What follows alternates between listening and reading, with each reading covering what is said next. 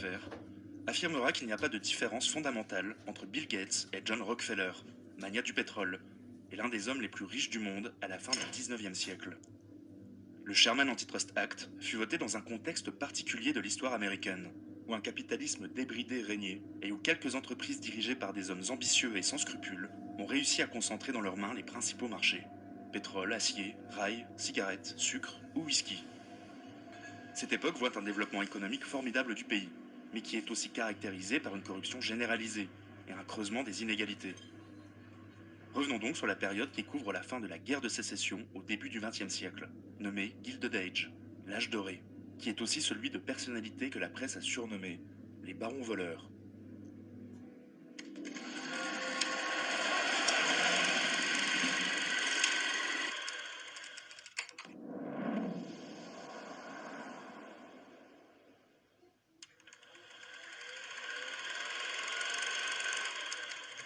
Printemps 1865. La guerre de sécession prend fin.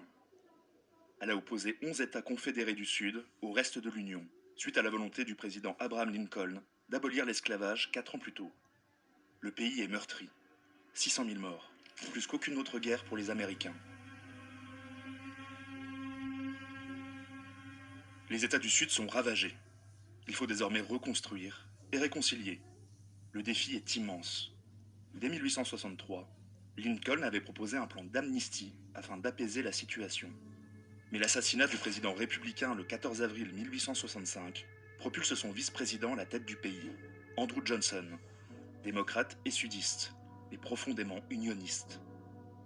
Il se heurte rapidement à l'hostilité du Congrès, qui, rappelons-le, réunit les deux chambres législatives des États-Unis, Chambre des représentants et Sénat.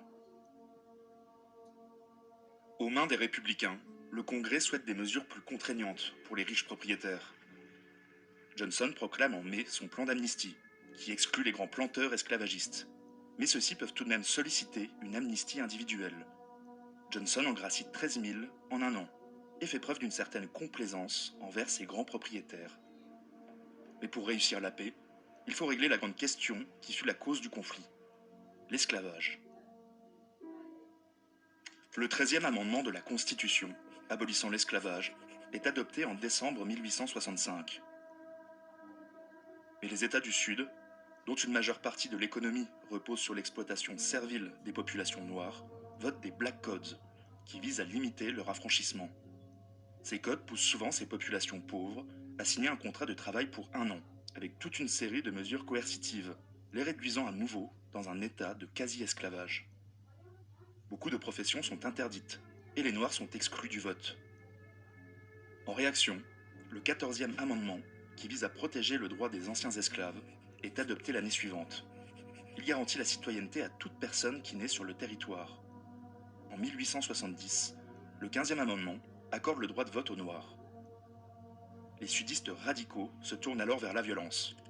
Dans le Tennessee, le Ku Klux Klan, organisation secrète raciste, est fondée. Elle pratique une politique de terreur et de meurtre, sur les Noirs évidemment, mais aussi sur les Carpetbaggers, nordistes qui viennent dans le sud pour s'enrichir, et sur les Scalawags, des sudistes qui s'associent à eux. Le Congrès sévit rapidement et dissout le mouvement, qui continuera sans cesse à ressurgir aux États-Unis, comme une plaie ouverte dans le cœur américain, et qui va conduire peu à peu à l'idéologie du suprémacisme blanc. Plusieurs lois sont promulguées. Désormais, l'armée peut intervenir pour protéger les biens et les personnes. La justice locale est subordonnée à la justice fédérale, en cas de contradiction. Mais peu à peu, un système de ségrégation se met en place.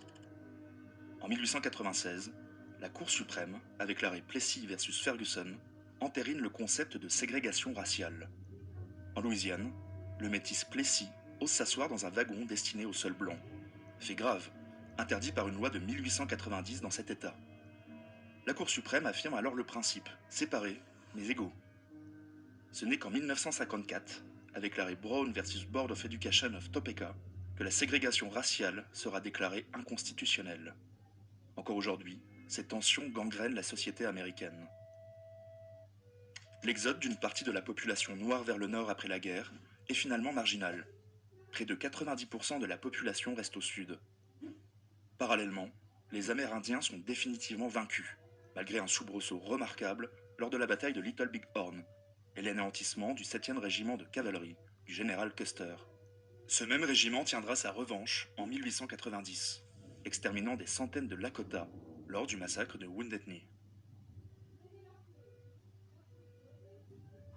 Les autorités règlent la question indienne en parquant les Amérindiens dans des réserves. Le Dawes Act de 1887 tente de les accoutumer au principe de la propriété foncière, en leur fournissant 80 hectares de terre par personne et la citoyenneté américaine, s'ils renoncent à leur mode de vie. Le tout sur un territoire qui deviendra par la suite l'Oklahoma. En 1890, il n'y a plus que 250 000 Amérindiens sur le territoire américain, niveau historique le plus bas.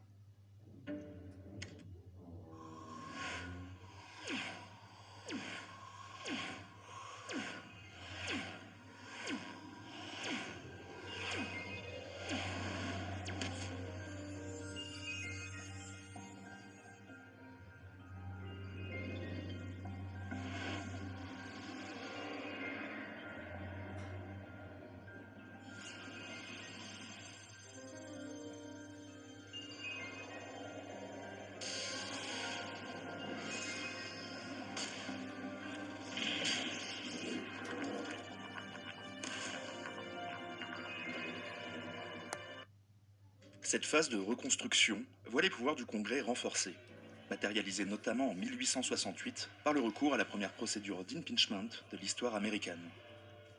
Andrew Johnson s'oppose catégoriquement aux lois très strictes envers les États du Sud. La destitution de Johnson n'aura finalement pas lieu, à une voix près.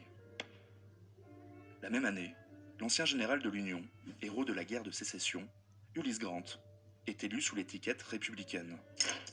Marqué par les scandales et la corruption, sa présidence clôt l'épisode de la reconstruction. Son successeur, Rutherford Hayes, retire les troupes fédérales des derniers territoires sudistes occupés, lors du compromis de 1877. Les États-Unis entrent alors dans une nouvelle phase de leur histoire, connue sous le nom de Gilded Age, l'âge doré. Cette époque est marquée par un essor économique inédit, dû à de multiples facteurs. Le télégraphe est déployé dès 1861 sur le continent, permettant une meilleure communication entre des points très éloignés.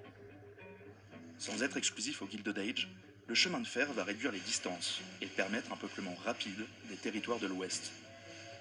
Le Congrès accorde de larges concessions de terre aux deux grandes compagnies chargées du chantier du premier transcontinental, l'Union Pacific Railroad et la Central Pacific.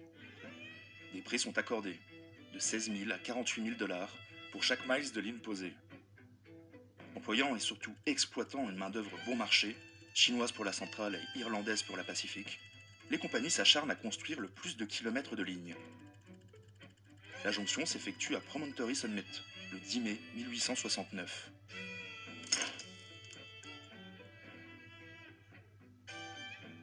En 30 ans, le réseau de voies ferrées passe de 49 000 à 350 000 km. Le rail va constituer le levier économique pour de nombreux secteurs et permettre la création d'un vaste marché intérieur. La sidérurgie devient centrale dans l'économie américaine. Les aciéries tournent à plein régime et se retrouvent vite concentrées dans les mains de quelques hommes, dont l'un va tirer son épingle du jeu. Andrew Carnegie, incarnation à lui seul du rêve américain. Arrivé à 13 ans sur le continent, il réussit à gravir les échelons et construire sa fortune en investissant dans le train, la construction de ponts et enfin l'acier, en reprenant le procédé Bessemer, qui permet d'affiner de la fonte et de la transformer en acier de manière peu coûteuse. La seconde révolution industrielle fait basculer le monde dans la modernité.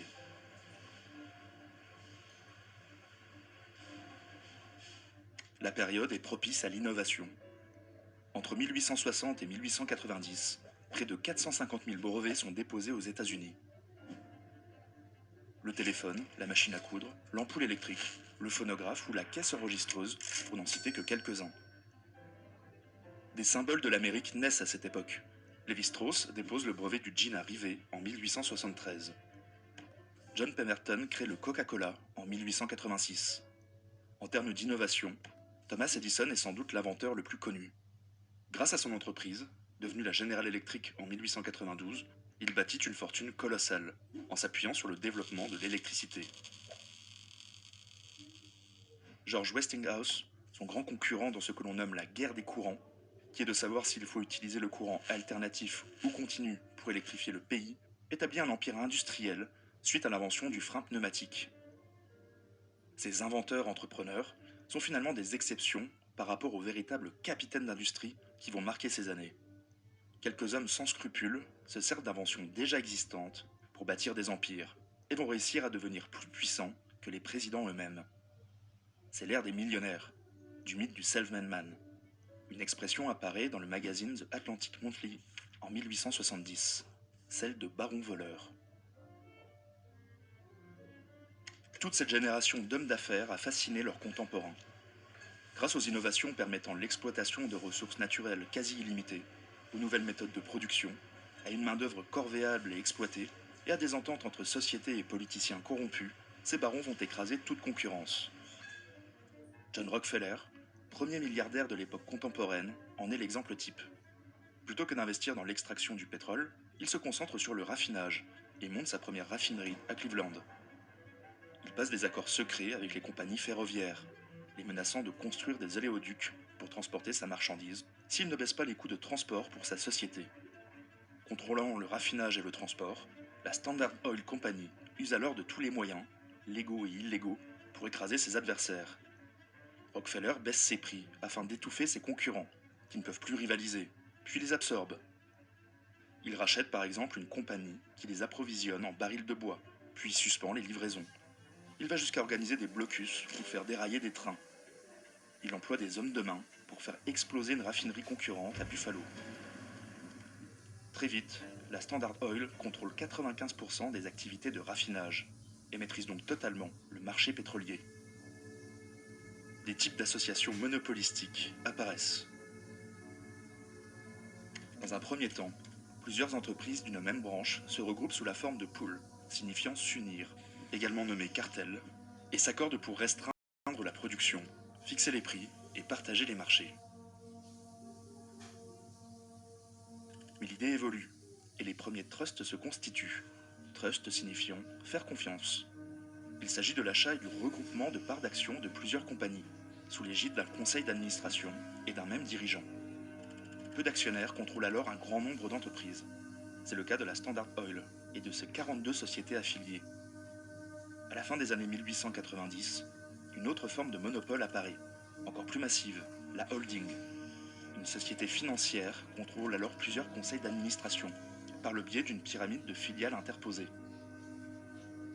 Le banquier JP Morgan est le chantre de ce système. Celui qui a inspiré le personnage du Monopoly rachète de nombreuses sociétés durant la crise économique qui va secouer le pays à partir de 1873. Il regroupe dans une même structure compagnies de chemin de fer, banques et assurances. Il se diversifie ensuite, investissant dans la General Electric, rachète les parts de Carnegie dans l'acier, puis s'empare de sociétés de transport maritime, comme la White Star Line.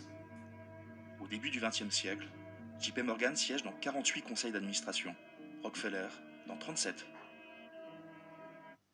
Merhaba. Milyonlarca insanın her gün borsada işlem yaparak para kazandığını biliyor muydunuz? Expert Option gibi uygulamalarla istediğiniz zaman, istediğiniz yerde işlem yapabilirsiniz. Nasıl olduğunu size Tous les secteurs sont touchés par ces mouvements de concentration. Cigarettes, téléphonie, sucre, caoutchouc, huile ou whisky. Environ 15 trusts, représentant 200 entreprises, sont recensés à la fin de l'âge doré. Évidemment, ces pratiques déloyales ne peuvent se faire qu'avec le soutien complice